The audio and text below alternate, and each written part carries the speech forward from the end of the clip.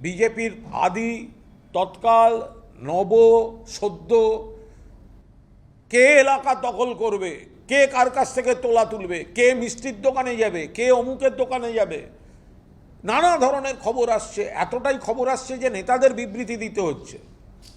ফলে এলাকা দখলের লড়াই না টাকার লড়াই আমরা তো জানি না। ওদের নেতাদের বিবৃতি থেকে দেখছি তারাই তিতিবিরক্ত এবং তারাই উদ্বিগ্ন, যদিও তাদের কথা কেউ শুনছে না। এই গুন্ডাগার্দি, গোষ্ঠীবাজি চলছে। ফলে সেই জায়গায় দাঁড়িয়ে পুলিশ নিরপেক্ষ তদন্ত করুক, এর সঙ্গে তো আর তৃণমূলের কোনো সম্পর্ক নেই। বারুইপুরে বিজেপি কর্মী খুন, বিজেপি বনাম বিজেপির দ্বন্দ্বে তাকে খুন হতে হয়েছে এমনই অভিযোগ সামনে আসছে। বিজেপিতে তৃণমূল যোগ আর তার বাধা দেওয়াতেই কি তাকে খুন করা হলো, এমনই অভিযোগ করেছে ওই বিজেপি কর্মী বাপি প্রামাণিকের পরিবার। স্ত্রীর সামনেই খুন হতে হলো বারুইপুরের বিজেপি কর্মীকে। ফোন করে তাকে বাড়ি থেকে ডেকে নিয়ে যাওয়া হয় এবং তারপর কুপিয়ে খুন করা হয়। আর বিজেপি কর্মী খুনে অভিযুক্ত বিজেপি নেতা। তবে এখনো পর্যন্ত এই ঘটনায় গ্রেফতারই শূন্য।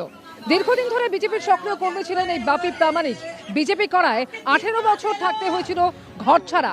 যাদের অত্যাচারে ঘরছাড়া হতে হয়েছিল তারাই এখন বিজেপিতে, আর তারই প্রতিবাদ করাতেই ওই বিজেপি কর্মীকে খুন করা হয়েছে বলে অভিযোগ করেছে তার পরিবার।